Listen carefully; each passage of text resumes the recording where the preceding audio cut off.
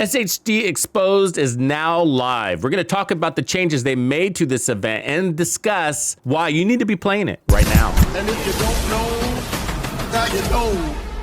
To access your global events, go into your seasons menu and scroll over to SHD Exposed. You can see you have about a week left of the event. So they changed all the global event timelines. So they're now only a week. And we were wondering that because Reanimated was only a week. And it looks like the rest of them are gonna be that way as well, which is kind of a bummer. I feel like we're getting shorted there, but at least we see Golden Bullet and Reanimated twice on the timeline. So there's that. Anyways, if you go into the event and then click details, you can see what this event is all about. I'll just go ahead and run through it and give you a gist of what's going on. So basically the enemy is hacking into your watch to be able to locate you. There will be an exposure meter. As that meter climbs, you're taking more damage from the enemy, up to 65%. Now it used to be 110%, so they've changed that. Either way, 65% more damage from the enemy that's already hitting hard is not a good thing. Good news, you can transfer that to give you the upper hand. To do that, you can melee the enemy, or you can do a cover to cover move, and you'll see a pulse that also staggers the enemy, which is nice. And then from that point forward, to maintain the buff, just continue killing enemies. And that's basically it. So it's not the easiest of events because of course there is that mechanic. The other thing is though, they hit pretty hard when you're exposed. And so that can make it very difficult for run and gun type players. So why do we want to play these global events? Well, it's all about the red stars. So red stars are a form of currency that you earn while an event is activated. Don't forget to activate the event. And by doing that, you're also going to get access to the mini reward track here. And so what you want to do is be earning red stars. As you earn those red stars, you're going to progress up this rewards track. And at the end of it are a couple of exotics. So that's helpful. But what you can also do with those red stars is spend those at the season vendor, which is only open when a global event is live.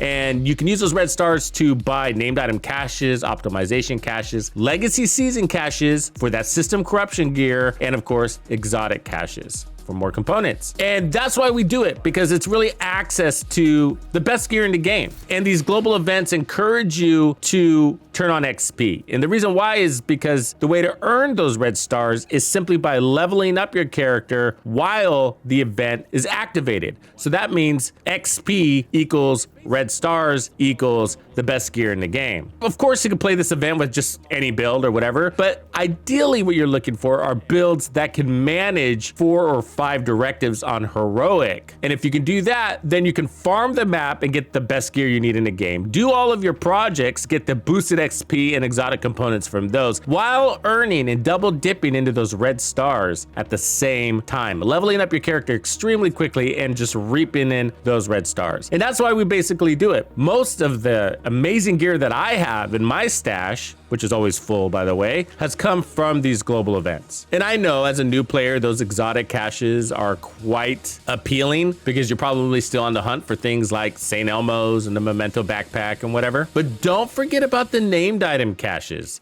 These are extremely appealing. They only cost 8 red stars versus 20 red stars for an exotic that you might not need. Named item caches can also deliver a named item that you don't need, or that's maybe even easy to get, but they also contain Dark Zone exclusive named items, things like the Death Grips, the Hollow Man Mask, the Dark Winter SMG, and it's got a really good chance at dropping something that is required you go to the Dark Zone in order to get. And that makes the Dark Zone vendors basically useless because you can get most everything from named item caches, and the drops out of these are probably better than what you would get in the Dark Zone anyways. At least that's my experience. And they're just flat out affordable, so you can really amass a lot of these. So try balancing that in with your exotic caches. Now, exotic caches are important too, but I feel like they're a little bit more important for the more veteran player because we're trying to collect and amass those exotic components so that we can drive them into our expertise. But as a new player, you shouldn't really be worried about that right now. And plus, as long as you just do your weekly projects, daily and weekly projects, you should probably be getting enough exotics and exotic components to satisfy your thirst. And then just use Countdown. I feel like Countdown is just a much more efficient way to farm your exotics than going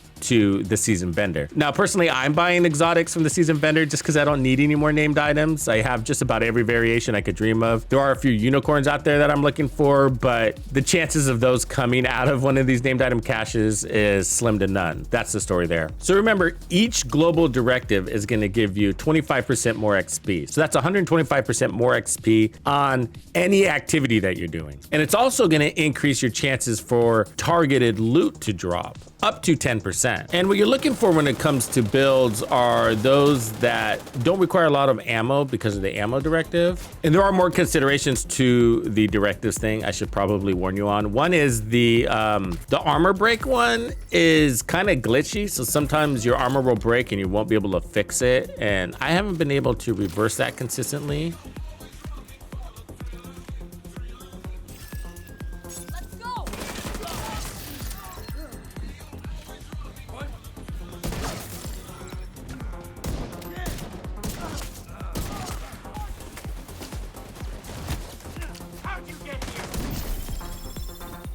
That melee should have worked and it didn't.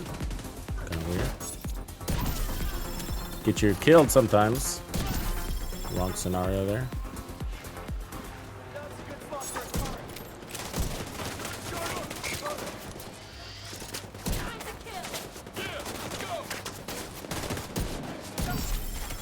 Agent charge compromised. 24 million right there.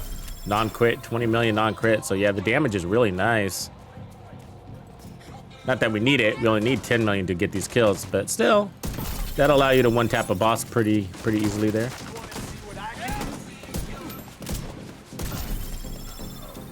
$23 million, that's a sniper hit right there.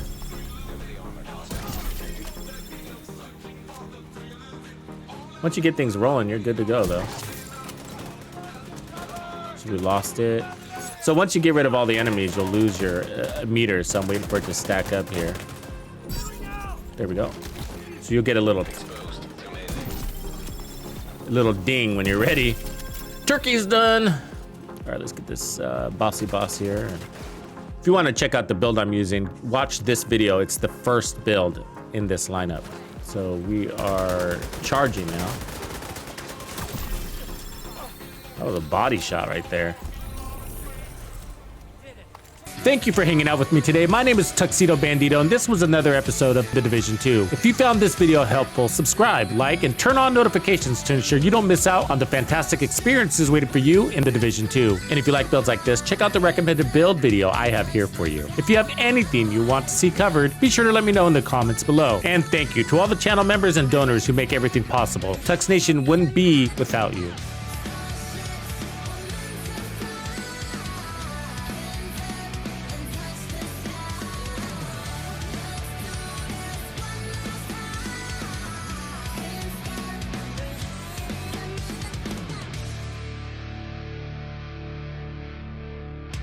Follow me. I get it.